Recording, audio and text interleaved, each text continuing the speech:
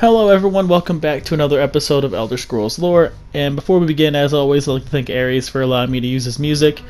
Make a shout out to the Discord chat I have. Please feel free to join it, the link in the description below or the channel header. We talk about gaming, lore, whatever it is you want to talk about.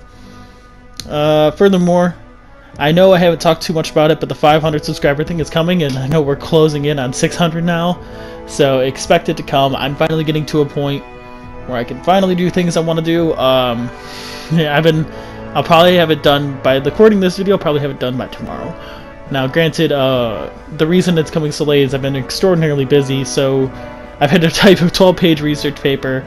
That I had to shoot a commercial, and now I have a 6-page research paper coming up as well. So I'm finally getting to being complete with those. So I'm able to kind of continue on what I need to do for YouTube's sake. So that is coming. The community videos, I have 2 on the block. One I just got the script for, so I'm going to expect that to be recorded relatively soon. Other than that, there's the podcast on HP Productions channel I'm a part of. We talk about gaming, mostly lore, and we have a guest every episode. We talk about whatever. It's me, HP and Kuyo of HP Productions, and Imperial Knowledge, so feel free to come and join that. With that being said, don't think I have too many announcements other than that, so please enjoy the City of Riften. Riften is one of the 9 major cities in the province of Skyrim, being the capital of the Rift. Riften is built on the shores of Lake Conridge, made of wooden platforms, and serving as the main hub of trading throughout the Rift and the southern Velothi Mountains. The lower canals are used as ports for skiffs moving throughout the lake. Riften is situated in the heart of the Rift, the southeastern forests of Skyrim. It is on the eastern shore of Lake Conridge in the minor region of the Smokefrost Peaks, located on the base of the Velothi Mountains. The city outskirts are primarily farmland, utilized primarily by the Nords of the Snowshot clan and other ancestral families of the Rift. The city limits in the north are mostly used for this purpose, as it is covered in a natural barrier that divides the northern rift. Local militias of the region have used this area as an encampment as well. Merryfair Farm is one of the most well-known farms in this district. The north road that leads into Fort Greenwall has been used as another line of defense for the city.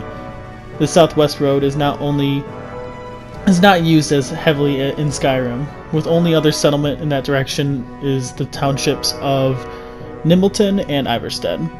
The road to the east goes to Morrowind, to the settlements of Silgarad Tower and Fort Varrock.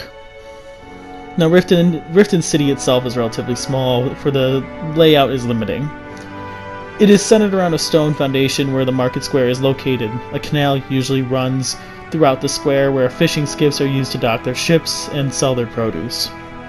Larger vessels utilize the Riften docks on the outside of the walls, and on the docks are the Blackbriar Meadery and the Riften Fishery. Much of the city's produce comes from this area, where they would be distributed to the surrounding areas. The greatest city surrounds the canal in Riften, and the main street runs through it. Between the north and southern gates are the Riften chapters of the Fighters Guild and the Mages Guild, as well as Mistvale Keep, the current seat of power in the Rift. The back streets run along the eastern wall with a small graveyard and a secret entrance to the Ratways. And the Ratways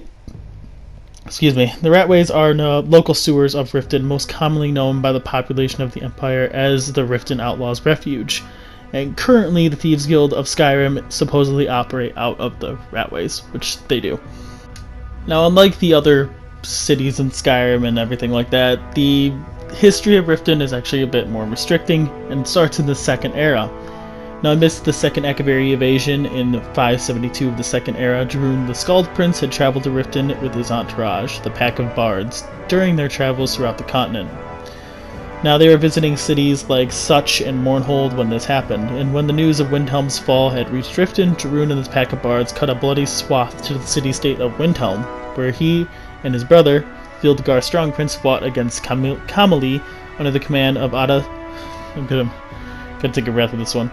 Adasumdir Kamal.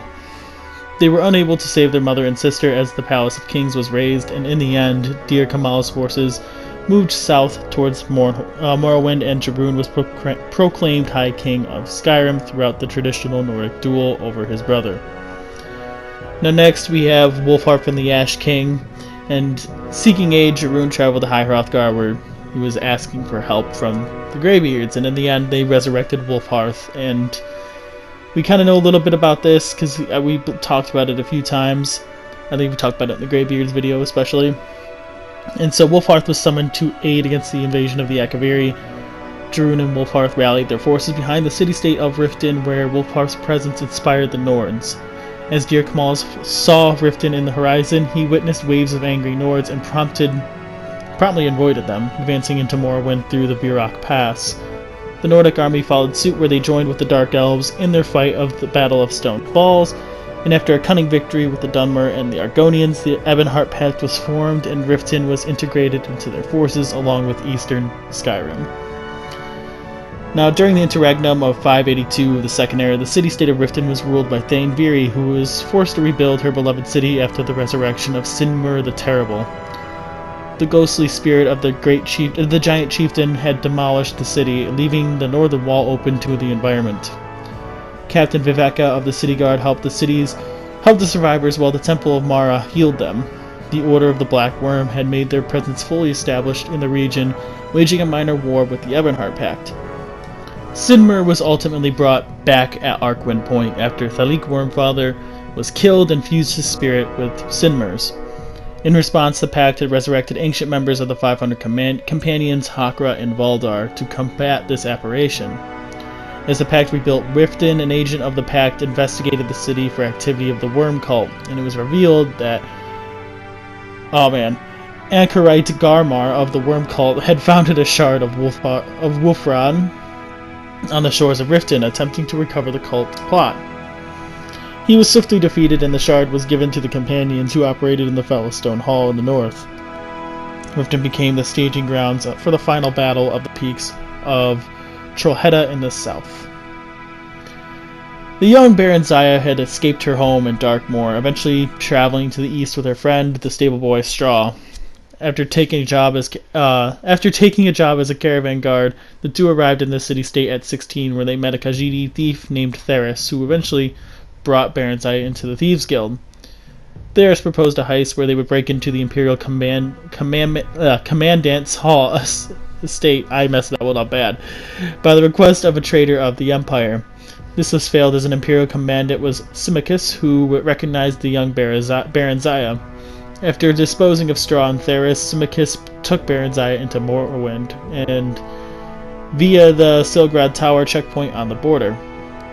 The two returned to Mournhold, where Baron Zaya was inherited the throne of Mournhold after several years of being away.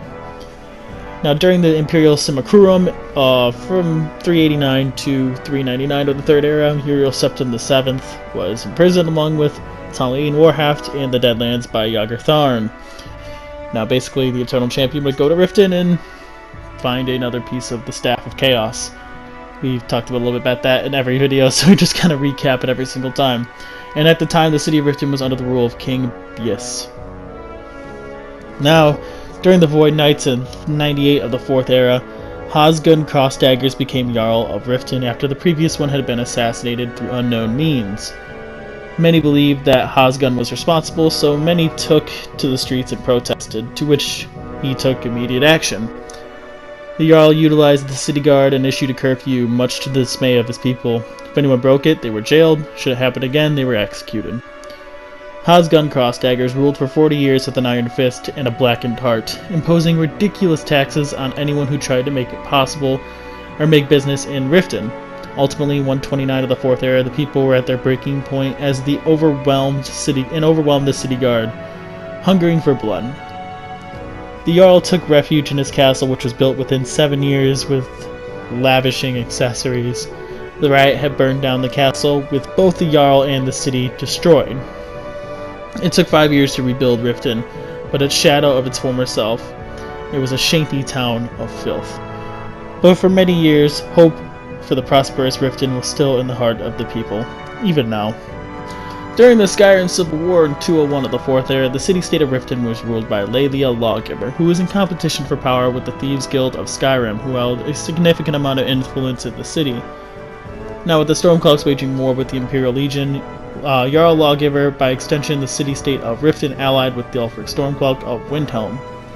Despite this, she does not have a lot of faith in Ulrich's movement, with her son Sjarland having a great dislike against many of the Stormcloaks. While the Stormcloaks operated out of Windhelm, the group in the Rift worked in Mistvale Keep under the command of Gunnar Oathgiver. Beyond the capital city, the Stormcloaks utilized Fort Greenwall in the northern pass near Riften. Maven Blackbriar, the matriarch of the Blackbriar clan, had massive control over Riften, with strong ties to the Thieves Guild. Now, at the same time, the Thieves Guild of Skyrim, whose presence in Riften had existed since the Second Era, had lost a lot of their influence, but retained their holdings in Skyrim, through Riften, basically, through their friends in the Blackbriar clan. The Guildmaster Mercer Frey was once a member of the Nightingales, a group of highly skilled thieves that Eternal, the Daedric Prince of Shadows. Frey had murdered the guild's previous leader, Gaius, and framed the death on the innocent Carlia, who was also a Nightingale herself, who was a descendant of Baron Zaya as well. Carlia worked in the shadows to defame the Thieves Guild until Carlia was proven innocent and Mercer was killed deep within the ruins of Irkethund. Ever since, the Thieves Guild had expanded their influence as far as the city-state of Solitude, and this renaissance had ushered in a new era of thievery in Skyrim. So that is about it. That is all we have here. There's just some minor events that occurred, but other than that, not much else is on the City of Riften.